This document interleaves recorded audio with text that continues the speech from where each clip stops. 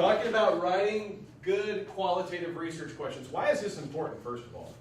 Why do you need to write good? Why can't you just write out something and this is what I want to look at? I'm going to take this approach. Why can't it just be something generic like that? Why do you need to have something good, something concrete written out? That's where you're building everything from. And so if you have a weak research question, you might end up answering it, but not having enough information supporting your answer. It might be a weak answer, or you might not just know where to research if you write a really weak one. Yeah, how do you know when you've answered the question if you don't even know what the question is? Okay, Aaron? Well, that, and if you're too generic, you may be looking over research that was done before just to get to maybe what you later thought would be your specific. I mean, you break it down, you looked over research that's been done 15 million times, and it's too redundant. Yeah, if you've got something really generic, that already may have been covered.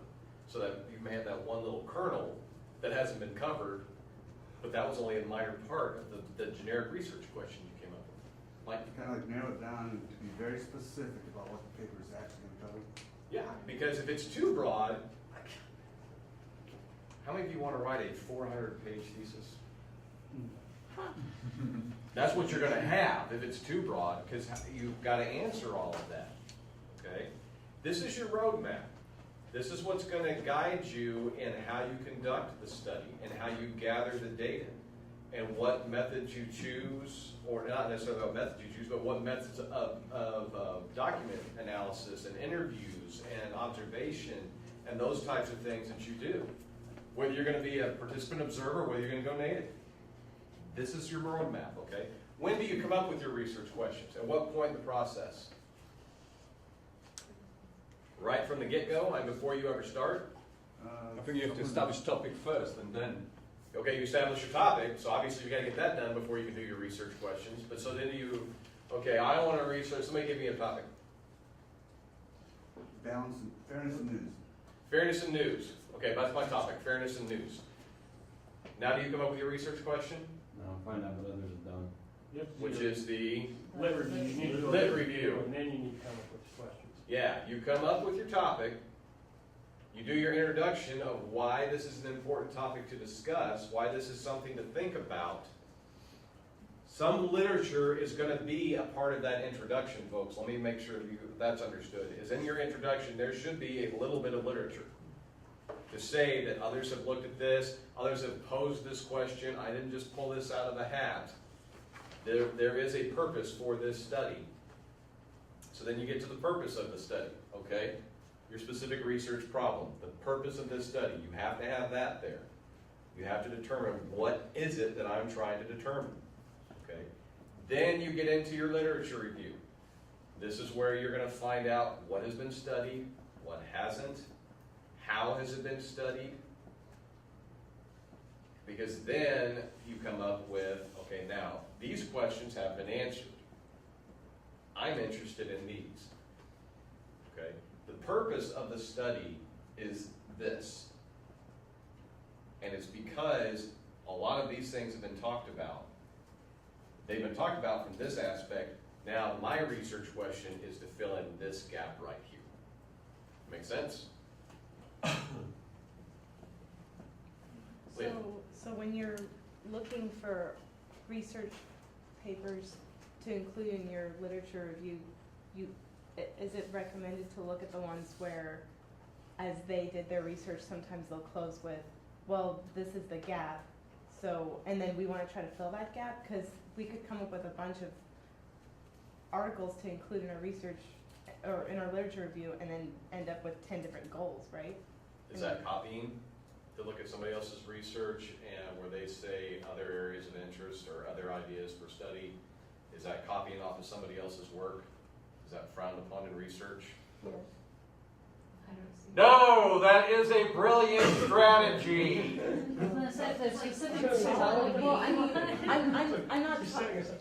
I was setting you up. Yeah. I was going to say, You if they're did marvelously. specifically telling you, hey, this is the gap, you know, I mean, they're telling you to go research Yeah. it, so. Well, no, Right. They're and I telling see you, I've where- done this But- literature, I've done this research, this is what I did, and now here's the problem. Go ahead, Leah. I'm just I keep interrupting thinking, well, it's just like, I just feel that, I mean, there has to be you have to have some sort of idea of what you wanna look for, otherwise you can find a ton of gaps in so many other research papers, and then get a ton of really good ideas, and then end up with no direction unless you already know what you want to do in advance, right? Pick one. Ugh. Find the article, find the research that really was interesting to you, and pick one. Because they'll have other areas of interest, could be X, Y, Z. You pick one of those. And a great strategy for you, if you're looking at doing qualitative, find a quantitative study. And if their research question is, now this study did a nice job of telling us what is there, other areas of research would be to do a qualitative study to find out why this exists. Okay?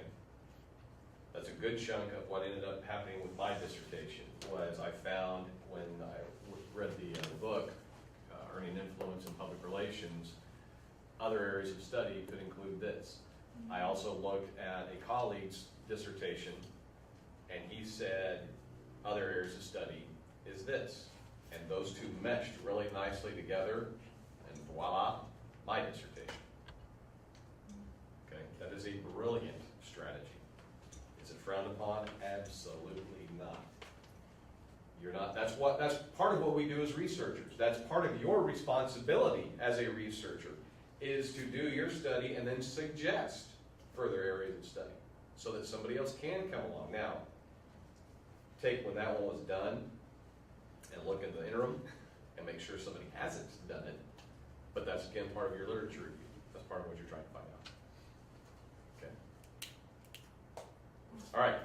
So after you've gotten your topic, you've done your introduction where you talk about the purpose of this study and why it's a good question to ask, an overall question to ask. Don't get confused with your research problem, your research problem and your research questions. Your research problem is your broad brush, where you're talking about this is the area of study. It's basically where you're talking about what your topic is. Okay? Then you do your literature review, then you come to your research questions. Now let me ask you this. Do you just boldly say, for the purposes of this study, the following research questions are posed, and then offer 3 or 4 questions, or do you just embed those questions within the text? I would say embedded within the text, Why? because it makes you look And smarter. you're sitting here going, because it makes you look smarter? Okay, why are you saying, I go back and forth. When they're embedded in the text, I think it's harder to follow. Now, understand when I say embedded in the text, I don't mean that you do part of your literature, because I've seen this recently, I've never seen it before in the last couple of years. This line of research begs the following research question, and then that research question for this study is written right there. Then we go into more of our literature review, and we talk about another subset of the literature. The following research question is posed. I don't mean like that. I just mean that within doing your literature, you're writing in there, one thing we need to determine is why X, Y, Z. That's your research question. Versus the following research questions are posed, RQ1 question, RQ2 question. I like that style better because once you conduct your study and are able to go back to the results, then you can say Where you do the RQ1 was RQ1? supported or Okay. RQ2 was. That way you can compare and it's right there for you to see. Okay, Leah and Kristen. Couldn't you do both? Hmm? Couldn't you do both? Sort of. In your literature, at the end of each segment, you might say, however, this was not answered. While this research did a great job of telling us what was there, it didn't answer why. While these researchers used case studies for this approach, it might be a good idea to look at a narrative analysis, something like that, and then put your research questions like what Savannah's talking about. You can do that. You're probably not going to say, kind of get it built into the body of your literature, and then do their argument like that. And that's what I was gonna say, couldn't you establish it, cause that's how my mind works, I like seeing it clear cut and then being able to explain, so I was kinda with her. Aaron? Yeah, and I look at it as, I'm gonna discuss the problems or the study, as far as, and I may have 3 or 4 areas of music lyrics that I'm going to discuss, as far as this, and this. and go into that storyline, and then at the end, discuss what my resource questions are overall for that entire storyline. That way, you don't maybe pause that reader. I think if you're reading something and you get that one question, oh, okay, that's what, and then you skip over. So if you allow that reader to read through everything that you're going to talk about, then you get to the end and you've got those research questions and like they're referring back. Okay, I see, I understand. They're gonna ask Right. these 3 or 4 questions. Yeah. Really, it's a matter of preference.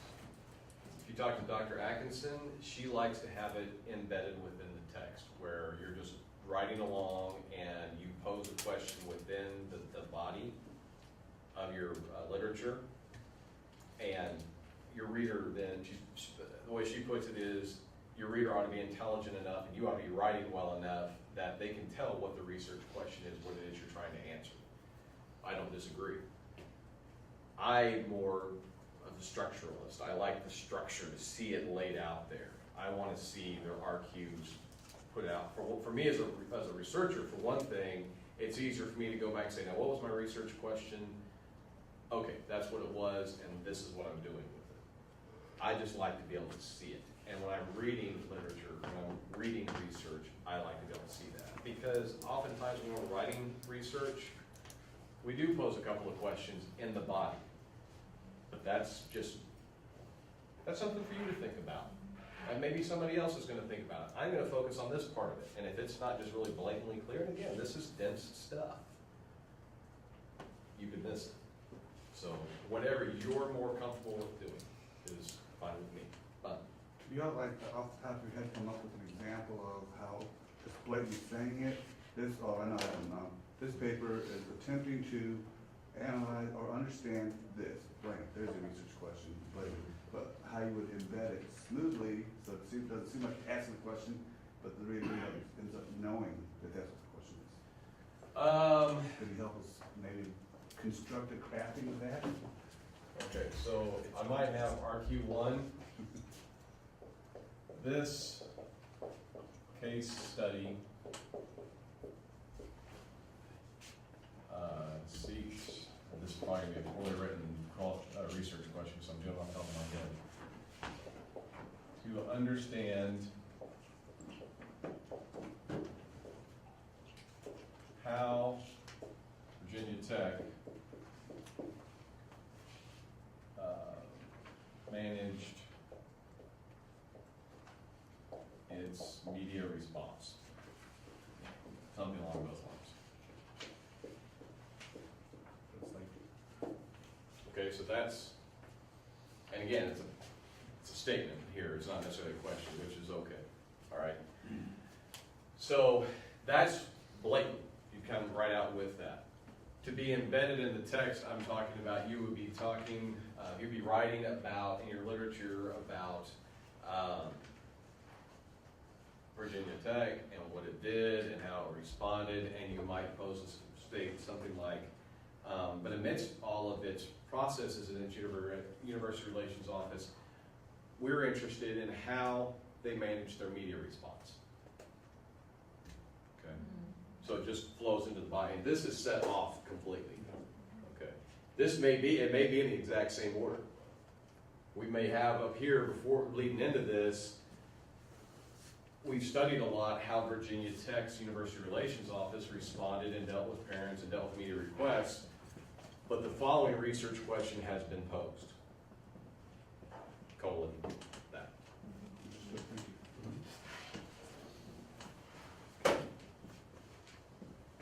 All right, so we know that your research questions are your roadmap. We know that they're built based on your literature review. We know that the overall arch is your research problem, the purpose of this study. That's your general. Now you're going to start getting specific, okay? Your research questions serve to narrow the purpose statement. They may be central, which is the most general questions you can ask. You can have sub-questions that subdivide this even further, so it would be RQ1 and RQ1A or 1B, that sort of thing. You don't have to do that. I'm just saying you could. You want a limited number. This is the key thing. Because if you end up with 6, 8 research questions, you're still pretty broad. You're still trying to find out a lot of stuff. And remember, this is qualitative research. We're trying to understand and interpret, which means we're going to have to do a lot of digging. Okay? So the more research questions you have, the more digging you have to do. Notice that they're going to begin with how or why. They can end with or begin with what. Qualitative research questions can begin with what, but it will be as in what happens when, and you're trying to determine what has happened. What does it mean? So versus what is there, what does it mean? What happens when? Those types of things. That's when you would use a what to lead in with a qualitative research question. Okay. Some key terms to use. You're trying to tell the reader what you're attempting to discover, to generate, to explore, to identify, to describe. You know, those terms that are going to elicit digging and interpreting and explaining. To avoid would be relate, influence, impact, cause, effect, predict, those types of terms. Those are what kinds of terms? Quantitative, because you're looking for correlations, you're looking for cause and effect.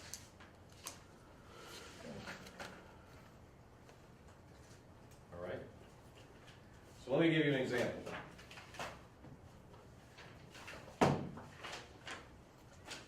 This right here, this writing good qualitative research questions is on Blackboard.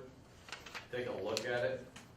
I filled in this, a good place to start here. We're going to talk about that here in a minute. Alex, you have a question? Yeah, what's the sweet spot, 2 or 3, 4? For research questions, I would say with qualitative research, 2 or 3 would be tops. Okay. Yeah. Quantitative, you can get into a few more, but even then, you want no more than 5 or 6, in my opinion. There's going to be other people who say, oh no, dig more than that. Well, I disagree. Okay.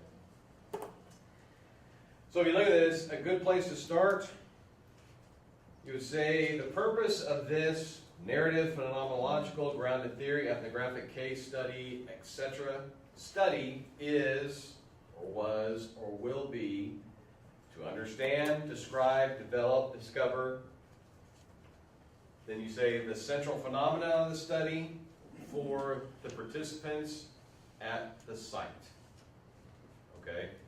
So you're thinking about the purpose of this blank is to blank the blank for blank blank. Your who, what, when, where, why. All right? I feel like I'm It's watching not White Men a Can't bunch of Jump. You're trying to on blank. NBC. What did you say here? Said I feel like I'm watching White Men Can't Jump on NBC. Well, let me give you an example. Let me fill in the blanks for you. Because I came up with this study as I love teaching the research methods classes because I come up with study ideas. I don't actually get to do them, but I get to come up with the ideas. Again, you're going to get a sports reference. How many of you watched the Royals and the Giants in the World Series? How many of you watching it are Royals fans? How many of you were, like many people in Facebook land, disgusted with the coverage from Fox Sports? Felt it was very, very slanted. Okay. So did I. Joe Buck. Madison Bumgarner. Who I like. I like Joe Buck, but his coverage there I thought was awful. The purpose of this narrative analysis will be to discover the bias for the San Francisco Giants at the 2015 or the 2014 World Series. At this stage in the research, the bias will be generally defined as the language and emotion utilized in Fox Sports coverage. So, the purpose of this narrative analysis, I've explained what type of study I'm doing, what methodology I'm using, will be to discover, this is what we're trying to determine, the bias. I believe there is a central phenomenon that happened in this coverage based on what I've seen in the literature about sports broadcasting and sports announcing. And there appeared, from what I could gather, there appeared to be a bias for the San Francisco Giants because I want to see, was there more bias for them versus for the Royals? at the college, or at the 2014 World Series. I have to pinpoint which one am I talking about, because the Giants and the Royals play during the year too. Well, am I talking about that? Am I talking about the World Series? Am I talking about when they played in 2013? So you need to specify that. But that would be a good research question, because you're centralized. The purpose of this study is to look at bias in sports announcing, okay? And this is what I'm trying to determine. So then I'm going to get into my research questions, and I'm going to say something along the lines of, how did Joe Buck's vocal tones and word usage demonstrate a bias for the San Francisco Giants? How did Fox Sports' video coverage demonstrate a bias for the San Francisco Giants? And so I'm looking at the narrative based on the language and on the visuals that were presented. Now, I have to be very careful because I want to do a narrative analysis, so I'm interpreting it versus a content analysis. I'm running the risk. I'm okay with Joe Buck because I'm interpreting the way he says things and whether I think he got more excited about it, whether the word usage he used. There was, for example, one point where they were in Kansas City and his word usage was, boy, it's a great atmosphere here in Kansas City. They're really fired up. They're really excited for the team to be in the World Series. But you just wait till we get to San Francisco. And I wanted to reach through the television and choke him. That's an example of his word usage. And I can watch that, and I can interpret that as he's being derogatory towards Kansas City. Oh, nice, sweet little Kansas City. Yes, aren't they cute? Okay, I can interpret it that way. Michael could watch that same thing and go, well, he was being complimentary of Kansas City. He was just using it to build drama because the next game's in San Francisco to make sure people watch. So that's the kind of thing we're looking at. When I start talking about, how come I did? When I'm talking about the video coverage, I'm going to make sure, okay, now what am I doing with this video coverage? Am I counting how many seconds they showed Madison Bumgarner versus how many seconds they showed Greg Holland? Because then I'm getting into count. I'm getting into time, and that's numbers, and that's quantitative. Okay? But you could do, I could do a mixed themed, method. you could do themed footage. I could. Are they showing the good aspects of Giants plays versus, Oh, dang, Aaron, that's good. Actually, what's trying to figure out now, how can I do that? That's but if you I'll look call at you the, when I say Yeah, you'll see Notice the that. errors on the Royals and home runs on. Yeah. Are you showing that, are you gonna go to the Giants, is your video coverage of the Giants gonna be them in the dugout celebrating, patting each other on the back, and then the only time you're showing the Royals dugout is after a poor play and they're all got their heads down? see, I always paid attention to that during games, because I'd watch, when MU and KU were big rivals back in the day, they'd always show the greatest footage of KU plays. And then they wouldn't show jack squat for MU plays. Because they Like, didn't have any good plays. Yeah. Just kidding. I have no John with the preference. sports I joke. don't even watch sports. I'm a fair weather fan. Okay. Let me go to Jeff real quick, I'll come back to you. Okay. Yeah, saying that a minute ago. The thing that aggravated me about his comment, and I remember that very one, was you could not buy a ticket in Kansas City, but many people from Kansas City went to the World Series in San Francisco because there was a ticket available. Yeah. Seriously, Joe? Yeah. Know what you're talking about before you make a comment. I think he needs to get on the whiskey like his dad. Anyway, I'll scratch that off This there. was a Can I tangent. bring it back? Okay. Yeah, that'll circle back to the The question you proposed about how did Fox News create bias, would that, Oh, the sorry. question he asked, I don't care, I didn't watch the game, I don't care, I'm sorry. What? I don't care, and I'll say it to the camera, with my face there. So just so we're clear, Do you you care? didn't care about the World Don't Series. care, I just wanna know, would that have to create sub-questions? Because first you'd have to answer, did it create bias, and then if so, how, Mhm. right? That would be an instance of Creating sub-questions, or is that looking something at some of else? those sub-questions. Did it create, yes. Okay. Did Just it for create bias? example- Did it create, Okay, did it demonstrate a bias? And then if so, how did it demonstrate that bias? Okay, sorry to ruffle everybody's feathers. No. I just wanted an example of sub-questions. Yeah, it's only America's pastime. Okay, Don't worry. It's not football, That my makes feathers sense. ain't ruffled. So like your first one is one of those questions, and then your second one could be another one of those questions. Delving a little bit Essentially, deeper, yeah. Okay. Okay, Into that. that's what I wanted. None of these happen. But now keep in mind, what I just gave you a demonstration of was a good place to start, and a good place to start is the purpose of your study. So what I just gave you here is the purpose of this study, okay? Now, you're gonna write, think about this though. You do your introduction, do you write your introduction and then do your literature review? I wrote my introduction. No. You don't. You don't? You do? You No. might, Good. you might, Huh? I work on my literature review first, and then. Yes. Good. Yeah, it's like- You do your literature review, you come up with your general topic idea, Guys. and then you do your literature review, and then you write your introduction. Now, it's not like you put on your shoes and then you get your socks on. You're not doing it backwards. It looks backwards and we think it's backwards. But you do your literature review first, because again, remember I said you need some literature in your introduction to support your claims, okay? And you wanna see me go crap crazy, make all these claims in your paper without substantiating it with any support, okay?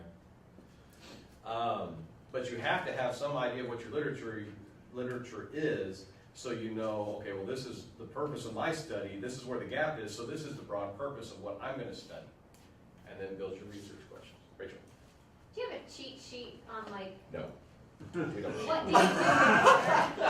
Because I feel like I've written down 4 different, these are the steps. And every time you say it a little bit different, Okay. I'm like, oh shoot, that is not what I wrote over there. These are the segments, these are the sections, those aren't necessarily the steps. Okay, do you want a cheat sheet? Yes. Step 1, Lit review. come up with a general topic. What is your topic?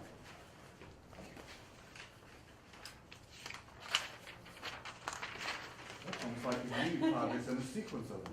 Do what? It's almost like you're gonna list the mini projects we have in that order when they're. Well, they're not actually in the order, because your second mini project is your research questions. I just want you to come up with some general research questions. Those should change once you get into the literature, okay? Because you don't know what's there yet.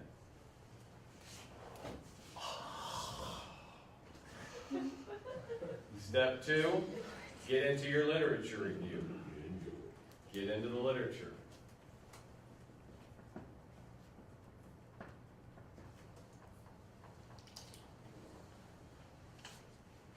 Step 3, develop your purpose statement. What is the purpose of this study?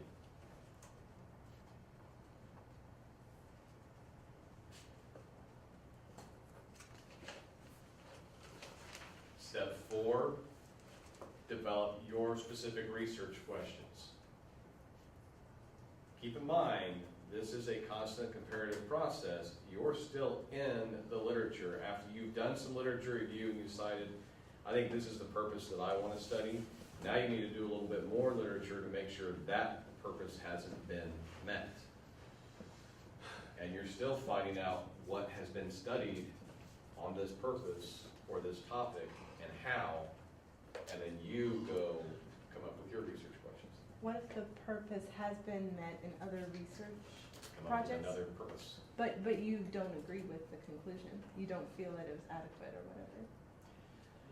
Think about qualitative research, since we don't really generalize, you could kind of replicate and say, they studied it this way and this is what they found. We're gonna take another approach and look at it a little bit different. But you could still try to answer maybe almost the same question if you didn't agree with their answer? You don't get to call them idiots. That's all I'm saying. I just, I know, I'm just. Yeah.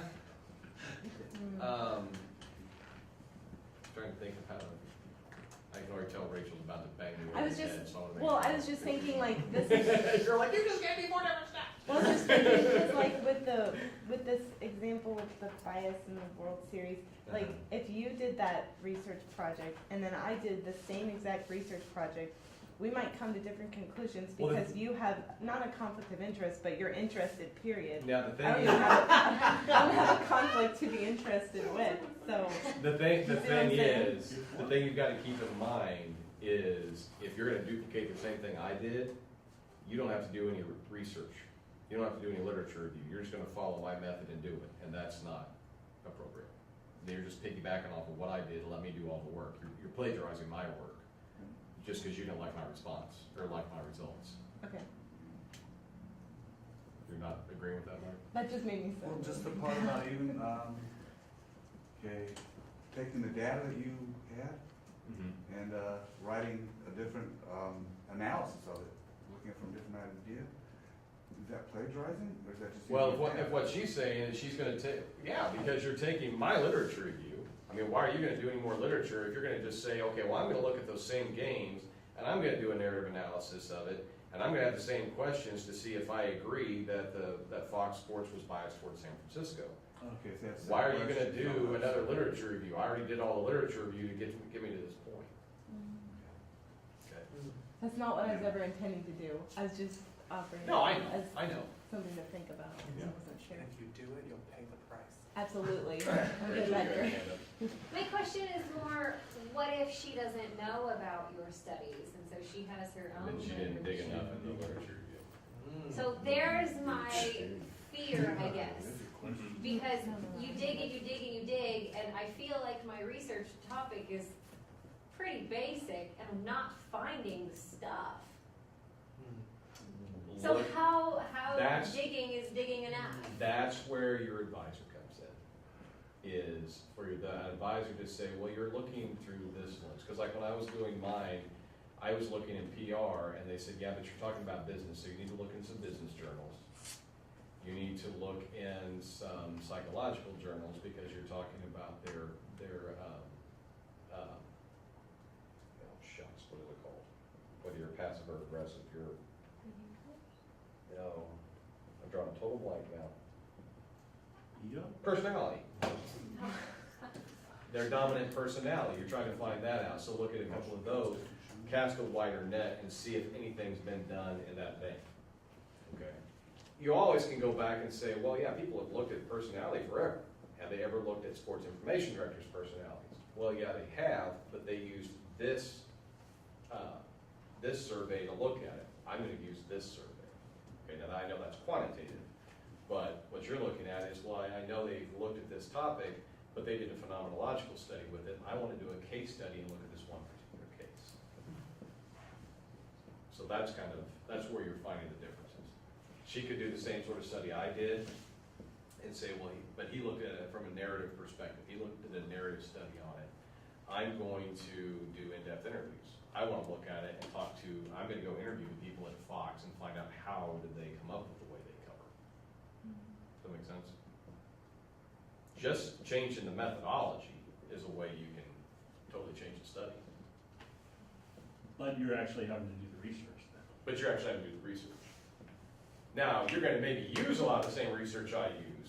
I mean, if you look in public relations at studies of role, there are tons of articles out there that deal with that, and they cite the same articles. Because it's like what you said last week. Things have been studied to death. There's only so many original ideas out there. And that's true. That's why you get the same stuff. I just sparked 3 hands going. That's why you get a lot of the same articles cited. Leah and Alex and Kristen. What about research studies, for example, like in my Effects of Mass Communication textbook, I'm reading about like aggression models and how people are looking not just at television, but they're looking at video games to see if they will create aggression in people who play video games. And I feel like maybe I'm not going back and looking at those studies to see how they're conducted, but it seems like they're the same studies, and some studies are finding that they do cause aggression, but only temporarily, and others are finding, no, it doesn't cause any aggression. And it's like, they did the same study, but probably not at the same time, so one of them had to use the other as a literature review, and then why are they coming up with different answers? Because they probably did got a lot of the same information when they did their literature reviews, and so they conducted their studies. And then you start looking at, and you can compare those two. In your literature, you can say this study found aggression.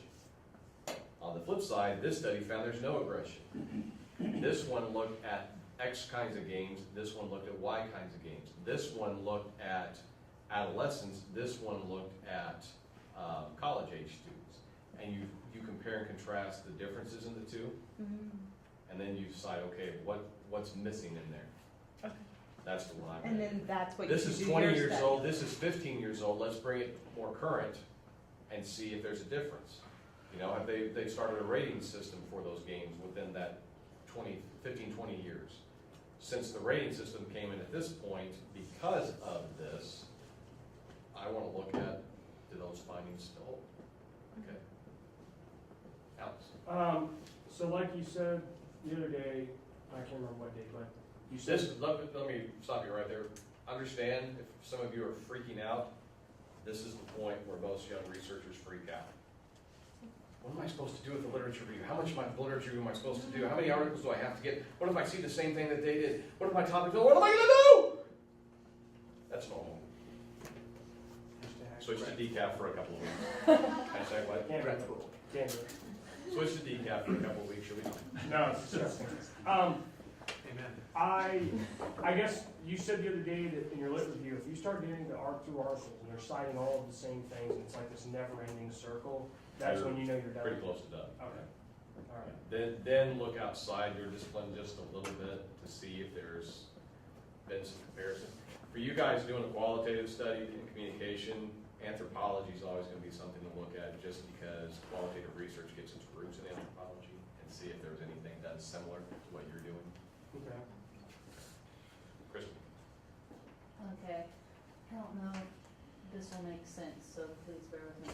Okay, so from what I remember, I think, from quantitative is that you want to be able to make your study be able to be replicated, correct? Okay, so with qualitative, you shouldn't do, I don't know, I'm kind of back with her with, well, what if you're like, well, I kind of feel like maybe this was a little biased, you know, and so you want to do your own, what if, I don't know, what if there's a few years in between, you know, you have yours as, I guess, as the basis, but then you pull in, maybe some other articles or lit review stuff that you didn't include in it. I don't know, like, does that even make sense? Okay, yeah, it Okay. makes perfect sense. Keep in mind, what is the goal of quantitative research? Finding out what? To predict or generalize or tell us what is there on a large scope so we can generalize that to a larger population. Therefore, reliability and replicability, very important. Because we want to see, okay, I found this out in a large part of the population. If I go get another large part of this same population and do this same study, am I going to get the same results? So the fact that it's reliable tends to lean toward, yeah, you're going to be able to repeat it. You generalized, or you did a random sample of that population. Everybody in that population had the same and equal chance to be a part of it. So therefore, we can be confident that at 95%, we can be confident that these results are accurate. And if I take another subset of that population and do the same study, I'm going to get the same result. Okay? Qualitative research, what are we trying to do? Just understand. To understand, to interpret this particular case, this topic, this small area, this culture. I am trying to be able to interpret that and share from my training, from my background, by developing a strong study, by being ethical and recognizing I have a bias and setting that bias aside. I'm trying to interpret this, okay? To do this study, I will have a hard time setting my bias aside. Now, I was looking at it watching the World Series. I don't watch sports anymore to watch who wins. I watch the coverage. One of the curses of what I teach. I'm watching the coverage. I'm listening to the announcers and how they do things. And I was able to appreciate a lot of the things they said about the Giants. They were dead on, absolutely right, 100% agreed with them. but there were just some things that were said in there and some pictures that were taken that just didn't fit with me. But I'm gonna have to make sure that when I do this study, I am clear that I'm a Royals fan. Put that aside, I'm looking to see what the results are, and I need to be ethical, and if I'm dead wrong, I need to say I was wrong, that the coverage was actually pretty simple. It was pretty straightforward, pretty cut and dry. When they're in Kansas City, they talk like this. When they're in San Francisco, they talk like this. When the Royals led in the series, and the Royals were behind, they actually were pro-Royals. Why? Because it's TV. TV wants coverage. What's better for Fox, a 4-game sweep or 7 games? 7 games. They make more money. So that, and if it's getting one-sided, they need to get more viewers to come back the next night. Oh, they're up 3-0. This one's over. I'm not even watching tomorrow night. No, because the Royals they're troopers and they're coming. I've got to find that, and I've got to put that bias aside and actually watch it and be able to interpret what I saw. Does that make sense? Yes. What if, and I know this is being a little out there, but what if I truly felt that you were being very unethical in your approach to the study? What would I do then? Or is that something that you just ignore and just don't cover it because someone's already covered it this way, or there's what? a reason why in academia much more credence is given to peer-reviewed articles than to articles you just submit and they get published.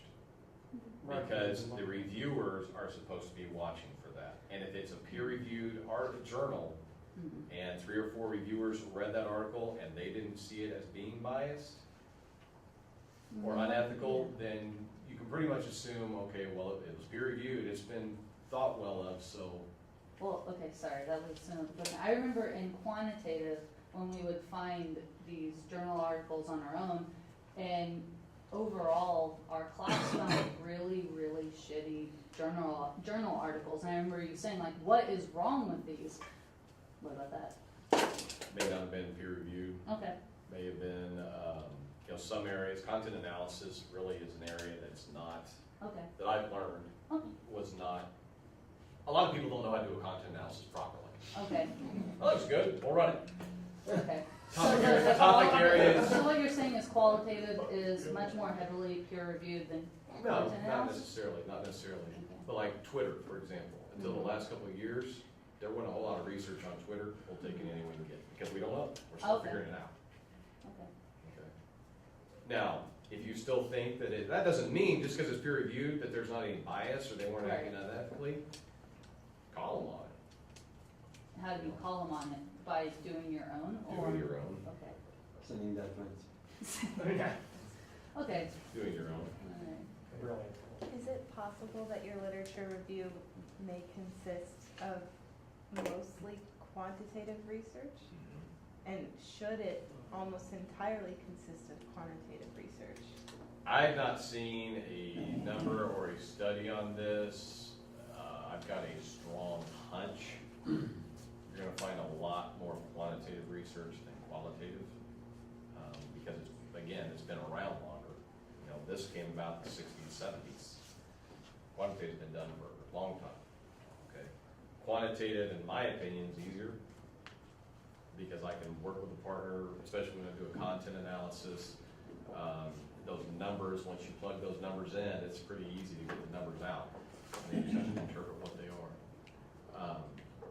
But if your topic area hasn't been studied from a qualitative perspective, all you have is quantitative. And that's where your purpose of the study is. While all this has been done from a quantitative perspective, I want to find out why. You're kind of golden if you want to do a qualitative study and all you can find is quantitative. That's good. That's a good thing. Okay. Okay. Aaron, you have it. All right. Did I get through all the steps? No, you No, said that's stop at What's- step what's 4, four? develop your Develop specific research research questions. question. Okay, then you develop your specific research questions. Then after you've done your specific research questions, what comes next?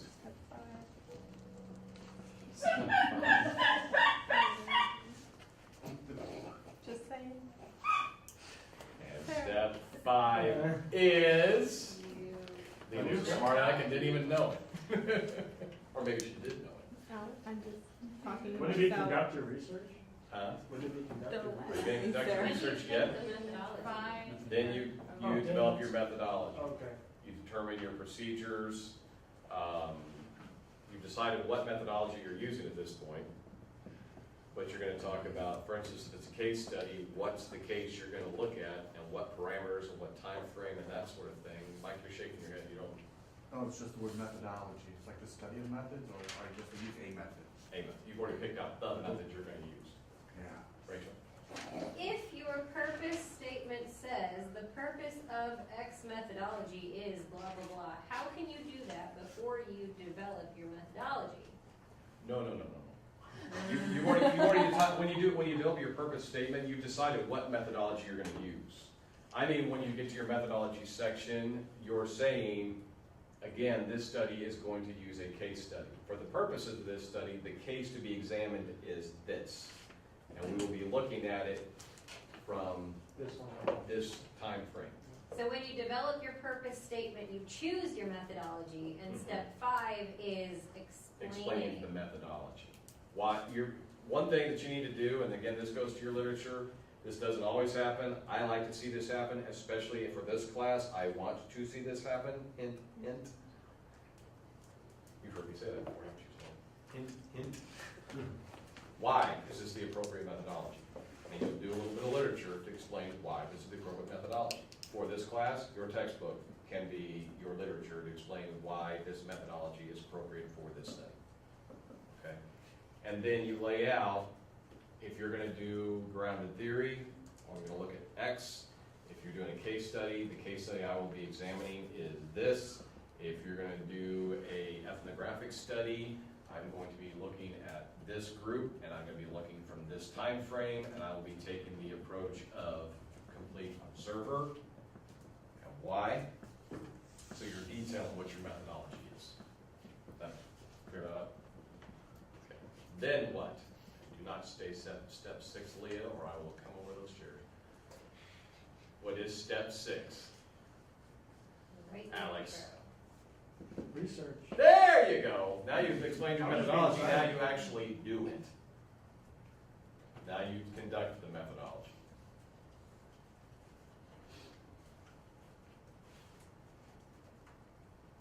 And then you will write up your findings. You'll have your discussion and implications. You'll talk about limitations. You'll talk about areas of future research. All of that. But I'm not going to get into details on that because I'm having you stop at methodology. So at each of these steps, you're writing the paper as you go. So you're gonna write your lit review first. Well, you can write the entire lit review first and then do your introduction, but as you're doing your literature review, I am a proponent for doing an annotated bibliography while you're doing your literature, because that kind of gets it built into your brain. Once you've done that, you probably have a good handle on what it is. You can do your purpose of you can do your introduction at that point. It helps then actually to have that introduction, because that keeps you on task, because you've got that purpose statement in there, and that keeps you on task and can help you structure how you want to lay out your literature review once you start to write it. But I would not just read the literature and then write your introduction. You got to write something. You have to be able to build it into your head and have it organized to some extent. Okay. I kept my articles and I did my annotated notes for each one, and then went through and kind of organized what sense of these are their themes between certain articles, and separated them that way, and then took like a separate page, one for my intro, one for my lit review, one for my methodology, and kind of wrote out what questions am I wanting to answer in each of these sections, and then went back through my lit review and kind of pulled from there, and organized it that way. Yeah.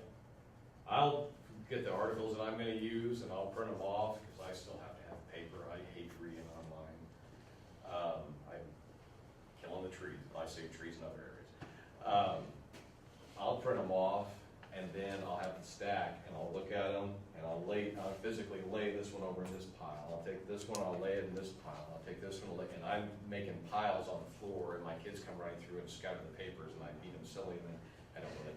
And then I go back and lay it all out again, and then I have separate folders for each of the areas. And then I do what you're talking about. I'll actually write on the folders, so lot of research is just being organized. Okay? Other questions? Just clear as mud, does it make sense? I'm sensing a little anxiety, again, which, this is about the point where that happens. Yes, ma'am? So the outcome of this class is hopefully that we come somewhere that we can keep going for the outcome of our program? That's the ideal? Yep. Okay. Got it. When you come out of this class, your final paper, I want you to be able to go to Dr. Atkinson, or to me, or Dr. Rogers, or Dr. Reynolds, or Dr. Benton, or whoever your thesis advisor or research paper advisor is going to be, and to be able to say, this is what I want to do. And then they will look at it and say, Professor Moore is an idiot, can't do this. They will hopefully look at it and say, this works, I like this, have you thought about looking at it through this lens? Have you thought about this theory? I like that methodology, what about doing it this way? This is more of a, I see what you're wanting to do here, I think you need to be quantitative on this one instead of qualitative. Or, love it, like it, let's go. And then from there, then you go more into depth with it and do the touch-ups to it. Your perspective is perspectives, proposal, thesis. Okay? Your proposal tends to be a little more, doing more literature, a little more detailed, just refining the little points, and then you give that proposal to your entire committee, and they talk about it, and sign off on it, and then you go do it. But if the outcome of this class, this is for qualitative, and then we go to our advisor with the work we did in this class, and they say, we recommend more quantitative, doesn't that mean we did poorly in this class, because we missed the point? No, they may not like qualitative. Oh. Then you go see if you can find another advisor. I mean, if you're dead set you want to do a qualitative study, and your advisor says, no, I don't want to do that one, I want to do quantitative, okay, thank you very much for visiting with me. Go find somebody else. Who likes qualitative on staff? Me, Benton, Price, Atkinson. I think Birdmeyer does. But he can't be. 50-50 Right, chance if he's you're not just an running instructor, original. right? Yeah. But he could be on your committee. Right. Honestly, if it's what you want to do, I mean, if it's the study you want to do, they're not going to say, yeah, you should do quantitative, not qualitative. They're going to say, okay, well, if you want to do qualitative study, we need to tweak this a little bit. Or they're going to say, you realize how much time this is going to take? 6,000 hours. Oh my goodness. And then you go, oh. Then you stick a report extra year. They won't do that. Oh, yeah, brilliant. They won't do that. Okay? What else?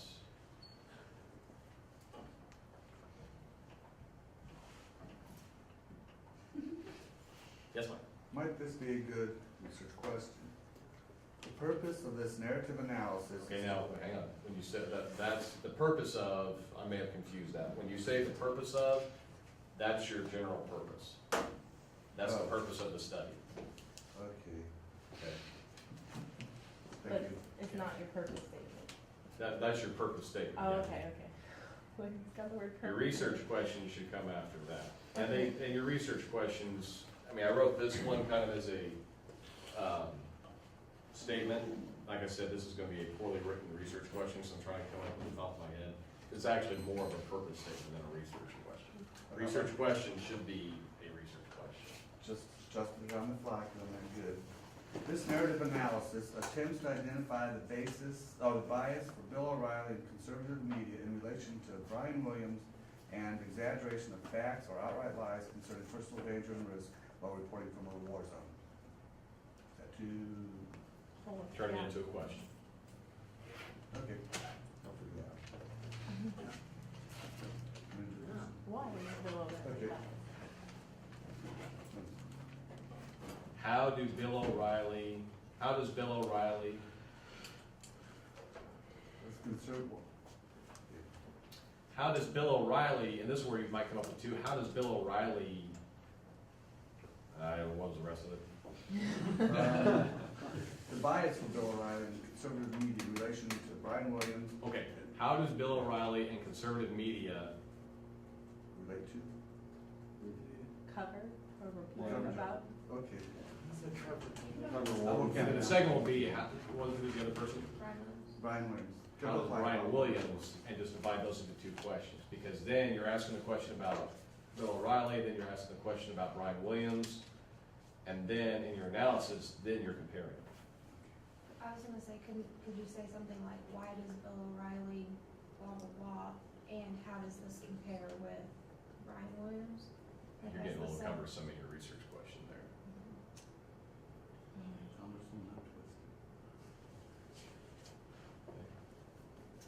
Yeah, I totally botched this. I got this very confused for you. Your research question should be a question. This is more of your purpose statement. I'll go back for me. Okay. All right? All right.